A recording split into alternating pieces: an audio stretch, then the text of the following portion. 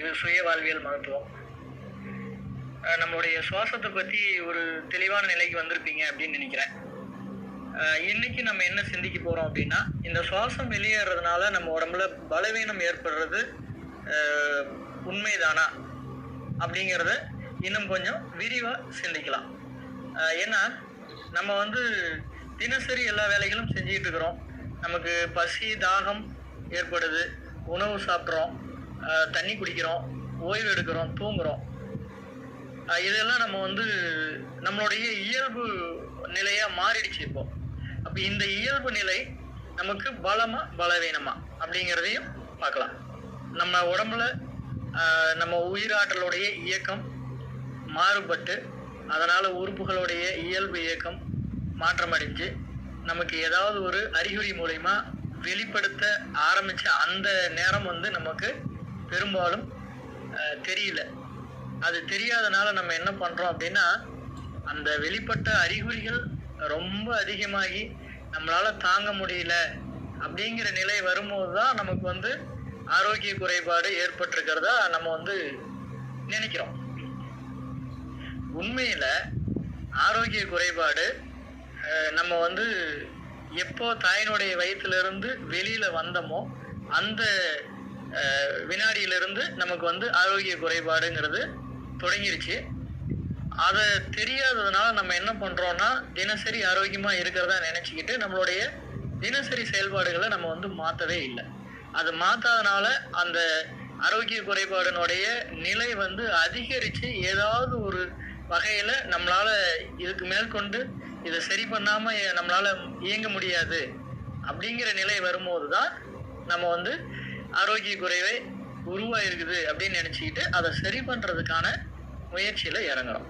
தாயினுடைய வயிற்றிலிருந்து வெளியில அதாவது நம்ம பிறந்ததா சொல்றோம் இல்லையா, அந்த நேரத்துல இருந்து நமக்கு ஆரோக்கிய குறைபாடு உருவாயிடுச்சு, ஆரோக்கியமின்மை நோக்கி தான் நம்ம போயிட்டு இருக்கிறோம் அப்படிங்கிறத எப்படி நம்புறது அப்படின்னா, சில செயல்பாடுகள் நமக்கு நடந்ததை நம்ம மறந்துட்டோம். ஏன்னா நம்ம சின்ன குழந்தையா இருக்கும்போது சில விஷயங்கள் சில இயக்கங்கள் நம்ம கிட்ட சரியா நடந்துருந்துருக்கோம்.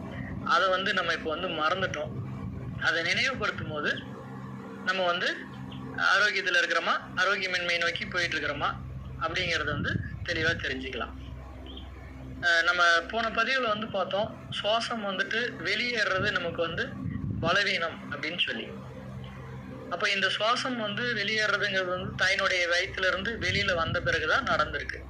சரி, இப்போ நமக்கு எப்படி பலவீனம்னு இத சொல்றது? நம்ம தினசரி தாகம் எடுக்குது, தண்ணி குடிக்கிறோம், பசி எடுக்குது, சாப்பிட்றோம், அசதியா இருக்குது, ஓய்வு எடுக்கிறோம், சோர்வா இருக்குது, தூங்குறோம், இது பூர்த்தி ஆயிடுதே. அப்படி இருக்கும்போது இது எப்படி நம்ம அதாவது பலவீனம் அப்படின்னு சொல்றது அப்படின்னா, ரொம்ப எளிமையா புரிஞ்சுக்கலாம். இப்ப நம்ம இந்த செயல்கள் சொன்னோம் இல்லையா, தாகம் எடுக்குது, பசி எடுக்குது, அசதி ஆகுது, சோர்வாகுது, இதுக்கெல்லாம் நான் மாற்று ஒரு செயல் செஞ்சுக்கிறேன், நான் நல்லா தானே இருக்கிறேன் அப்படின்னு சொன்னோம் இல்லையா. இந்த செயலே நம்ம ஆரோக்கியமா இல்லை அப்படிங்கிறத வெளிப்படுத்துற செயல் தாங்க. நல்லா புரிஞ்சுக்கோங்க. தாயினுடைய வயிற்றுல இருக்கும்போது தாய் சாப்பிட்ட எந்த ஒரு சத்து பொருளும், அதாவது உணவுல இருந்த எந்த ஒரு சத்து பொருளும் தாயின் மூலியமா நமக்கு கிடைக்கல அப்படிங்கிறத பார்த்துட்டோம். நம்ம அந்த கர்ப்பப்பைக்குள்ளார தானாதான் வளர்ந்தோம் அப்படிங்கிறது தெளிவாயிட்டோம் இல்லையா. அப்போ வளரும் போது நமக்கு எந்த வகையான உணவுப் பொருளும் தேவைப்படல, தண்ணி தேவைப்படல இல்லையா. இப்போ வெளியில வந்த பிறகு நமக்கு தண்ணி தேவைப்படுது, உணவு தேவைப்படுது, ஓய்வு தேவைப்படுது, தூக்கம் தேவைப்படுது அப்படின்னாலே நம்ம பலவீனமா இருக்கிறோம்னு புரியலையா. நம்ம கர்ப்பத்துல இருக்கும்போது எந்த வகையான உணவும் எடுத்துக்கல, அதே போல நமக்கு நம்ம உடம்புல இருந்து கழிவுகள் எதுவும் வெளியேறல. அப்போ வெளியில வந்த பிறகு நமக்கு உணவோ நீரோ தேவைப்படுது வெளியில இருந்து அப்படின்னா, அப்பவே நம்ம பலவீனமா இருக்கிறோம் அப்படிங்கிறது நமக்கு புரிஞ்சிருக்கணும். சரி, அதே போல பாத்தீங்கன்னா நம்ம உடம்புல பாத்தீங்கன்னா கழிவுகள் அப்படிங்கிறது இந்த உடம்புக்கு தேவையற்ற, இந்த உடம்ப இயக்கத்துக்கு பயன்படாத பொருள்கள் அப்படிங்கிறது பாத்தீங்கன்னா வயிற்றுக்குள்ளார நம்ம இருக்கிறவர்களும் நமக்கு உருவாகலை.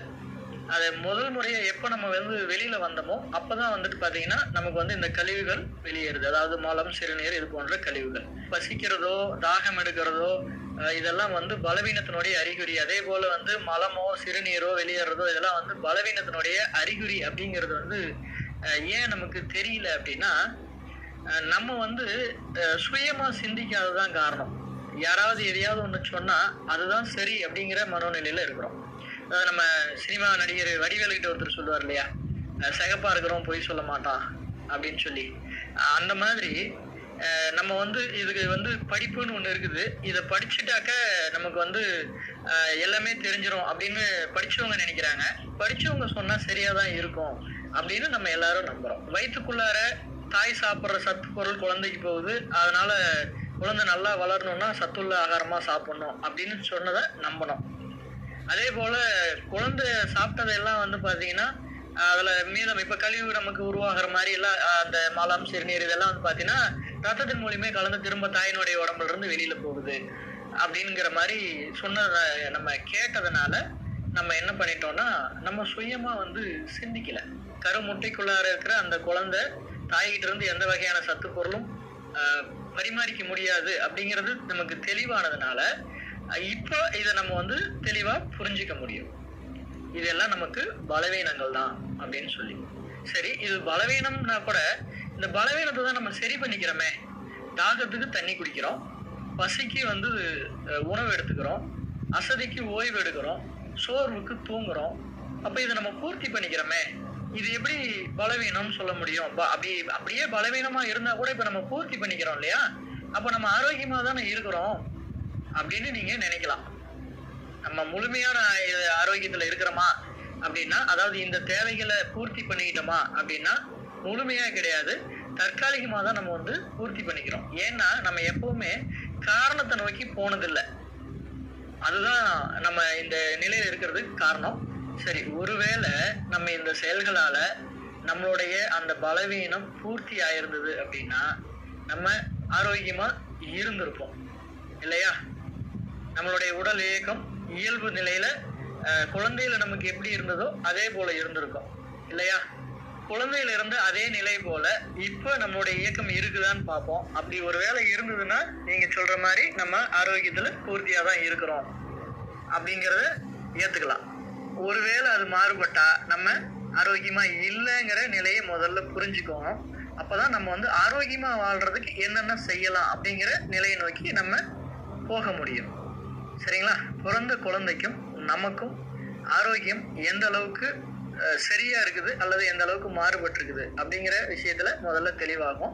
அதன் பிறகுதான் நம்ம வந்து ஆரோக்கியத்தை நோக்கி போறதுக்கான வழிமுறையை நம்ம வந்து முழுமையா தெரிஞ்சுக்க முடியும். சரி, இப்ப நம்ம அதை தெரிஞ்சுக்கணும்னா என்ன பண்ணணும் அப்படின்னா, நம்ம குழந்தையா இருந்த அந்த நிலையை நோக்கி போகணும். இப்ப நமக்கு அது தெரியாது, நமக்கு ஞாபகம் இருக்காது, அதனால நம்ம இப்ப அந்த இடத்துக்கு போக முடியாது. அதனால நம்ம என்ன பண்ணலாம் அப்படின்னா, நம்ம வீட்லயோ நம்ம வீட்டு பக்கத்துலயோ நம்ம ஊர்லயோ யார் வீட்லயாவது ஒரு குழந்தை பிறந்திருந்ததுன்னா அந்த குழந்தையினுடைய செயல்களை நம்மளுடைய ஆரோக்கியத்தை மேம்படுத்துறதுக்காக அந்த குழந்தையினுடைய செயலை ஒரு நாள் முழுமையா கவனிங்க. அதாவது குழந்தை பிறந்து 2 மாதத்துக்கு உட்பட்டதா இருக்கணும். சரிங்களா? ஏன்னா 2 மாதத்துக்கு பிறகு அந்த குழந்தையினுடைய இயக்கம் மாற்றம் அடைகிறதுக்கு வாய்ப்பு இருக்குது. அதனால நம்ம 2 மாதத்துக்கு உட்பட்ட குழந்தையா இருந்ததுன்னா நம்ம சொல்லக்கூடிய நிகழ்வு உங்களுக்கு ரொம்ப தெளிவா புரியும். சரி, அந்த குழந்தைகிட்ட நம்ம வந்து என்ன கவனிக்கணும் அப்படின்னா, அந்த குழந்தை சிறுநீர் கழிக்கிற விதத்தையும் மலம் கழிக்கிற விதத்தையும் கவனிங்க. சிறுநீர் கழிக்கிறத ஒரு முறை பார்த்தாலே தெரிஞ்சிடலாம். மலம் கழிக்கிறத ஒரு நாள் முழுக்க பார்க்க வேண்டியிருக்கும். ஏன்னா அதுல ஒரு கணக்கு இருக்கு. அதனால வந்து முடிஞ்ச அளவுக்கு ஒரு நாளை இதுக்காக ஒதுக்குங்க. இப்போ அந்த குழந்தை சிறுநீர் கழிக்கிற விதம் எப்படி இருக்கும் அப்படின்னு பாத்தீங்கன்னா, இதை வந்து ரொம்ப எளிமையா நம்ம சினிமாக்கள்லயே காமிச்சிருப்பாங்க. ஒருத்தருக்கு குழந்தை பிறக்கும், அவங்க போயிட்டு வந்து தூக்குவாங்க, என்ன குழந்தைன்னு பார்ப்பாங்க. குழந்தை வந்து பாத்தீங்கன்னா அவங்களுடைய முகத்திலேயே ஒண்ணு கிடைக்கும். இதை வந்து நம்ம எதுக்காக சொல்றோம்னா, அந்த சிறுநீர் வெளியேற அந்த வேகம், அதை கவனிங்க. அப்படி ஒரே அழுத்தத்துல ஒரு 4-5 மீட்டர் தூரம் வந்து பாத்தீங்கன்னா அந்த சிறுநீர் வந்து போய் விழுகும். அந்த ஒரே அழுத்தத்திலேயே முழுமையான அந்த சிறுநீர் பையில இருந்து முழுமையான சிறுநீர் முழுவதும் வந்து பாத்தீங்கன்னா வெளியில வந்துடும். அடுத்தது வந்து பாத்தீங்கன்னா மலம் கழிக்கிறது. மலம் வந்து பாத்தீங்கன்னா தண்ணி மாதிரிதான் இருக்கும். அது எத்தனை முறை வந்து பால் குடிக்குதோ அத்தனை முறை வந்து பாத்தீங்கன்னா மலம் கழிக்கும். இந்த 2 நிகழ்வையும் வந்து நீங்க கவனிச்சிருந்தீங்கன்னா तुमने लिए बैचलर सरप्राइज पार्टी अरेंज की है। Surprise party? हमें पता ही नहीं है। छोड़ो यार, இந்த 2 நிகழ்வையும் வந்து நீங்க கவனிச்சிருந்தீங்கன்னா நமக்கு வந்து இப்போ ஆரோக்கியத்தினுடைய அந்த நிலையை வந்து பொருத்தி பார்க்கறதுக்கு எளிமையா இருக்கும். யாராவது இதை வந்து கவனிக்கல அப்படின்னா, இந்த நிகழ்வு நமக்கு தெரியாது அப்படின்னா, நம்ம வீட்லயோ பக்கத்துலயோ இருக்கிற அந்த குழந்தையினுடைய செயலை வந்து அவசியம் கவனிங்க. அப்பதான் நம்ம வந்து தெளிவாய்க்க முடியும். சரிங்களா? சரி, இப்போ ஒரு 5 வயசு உள்ள குழந்தைய கவனிச்சு பாருங்க. அதனுடைய சிறுநீர் கழிக்கிற வேகமும் மலம் கழிக்கிற அந்த நிகழ்வையும். அடுத்தது நம்மளை கவனிங்க. ஒவ்வொருத்தரும் அவங்கள கவனிச்சுக்கோங்க. ஏன்னா நம்மளும் ஒரு காலத்துல குழந்தையா இருந்து பெரியவங்க ஆனவங்க. இப்போ நம்மளுடைய சிறுநீர் கழிக்கிற வேகம், மலம் கழிக்கிற அந்த நிகழ்வு எப்படி இருக்குன்னு கவனிச்சு பாருங்க. அதாவது இன்னைக்கு ஒரு நாளைக்கு ஒருவேளை மலம் கழிக்கிறதே பெரும்பாலும் பேருக்கு பெரிய போராட்டமா இருக்குது இல்லையா? அப்போ நம்ம எந்த அளவுக்கு ஆரோக்கியமா இருக்கிறோம் அப்படிங்கிறது புரிஞ்சிருக்கும்னு நினைக்கிறேன். இன்னும் ஒரு படி மேல தெரிஞ்சுக்கணும்னா, நமக்கு வந்து நம்ம வீட்டுல வயசானவங்க இருந்தாங்கன்னா அவங்களுடைய அந்த சிறுநீர் கழிக்கிறதையும் மலம் கழிக்கிறதையும் கேட்டு பாருங்க. இன்னும் வந்து நம்ம எந்த அளவுக்கு ஆரோக்கியமா இருக்கிறோம் அப்படிங்கிறது புரிஞ்சிடும். ஏன்னா அந்த வயசானவர்லாம் பாத்தீங்கன்னா சிறுநீர் வந்து பாத்தீங்கன்னா வெளியேறும் போது காலோட நனைஞ்சு கீழே இறங்கும். அந்த அளவுக்கு தான் அதனுடைய வேகம் இருக்கும். இது புரிஞ்சது அப்படின்னா நம்ம வந்து தாகத்துக்கு தண்ணீர் எடுத்தோம், பசிக்கு வந்து உணவு எடுத்தோம், அசதிக்கு ஓய்வு எடுத்தோம், சோர்வுக்கு உறங்கணும். ஆனாலும் நம்ம ஆரோக்கியமா இல்லை, ஆரோக்கியமான நிலைங்கிறது நமக்கு குறைஞ்சிட்டு தான் வந்துகிட்டு இருக்குது அப்படிங்கிறது உங்களுக்கு தெளிவா? சரிங்களா? சரி, இப்போ இந்த ஆரோக்கியம் குறையறதுக்கும், அதாவது சிறுநீர் வெளியேறதுக்கும் மலம் வெளியேறதுக்கும் மூச்சுக்கும் என்ன தொடர்பு இருக்கு அப்படிங்கிறத நம்ம வந்து தெரிஞ்சுக்கிட்டோம்னா தான் இது நம்மளுடைய மூச்சு வந்து வெளியில போறதுனால நமக்கு பலவீனம் ஏற்படுது அப்படிங்கிறத புரிஞ்சிக்க முடியும். சரிங்களா? இப்போ நம்ம அதுக்காக ஒரு உதாரணத்தை பார்ப்போம். ஏன்னா இப்போ நமக்கு தான் ஒரு நாளைக்கு ஒரு முறை மலம் போறதே யோசிக்க வேண்டிய நிலையில இருக்க. அதை வச்சுதான் இதை எளிமையா புரிஞ்சிக்க முடியும். மலம் கழிக்கிறதுக்காக நம்ம போய் உட்காந்துட்டோம், ஆனா வருங்கிற உணர்வு இருக்குது, ஆனா வரல. அப்ப நம்ம என்ன பண்ணுவோம்? கவனிச்சு பாருங்க. மூச்சை உள்ள அடக்கி அப்படியே முக்குவோம் இல்லையா?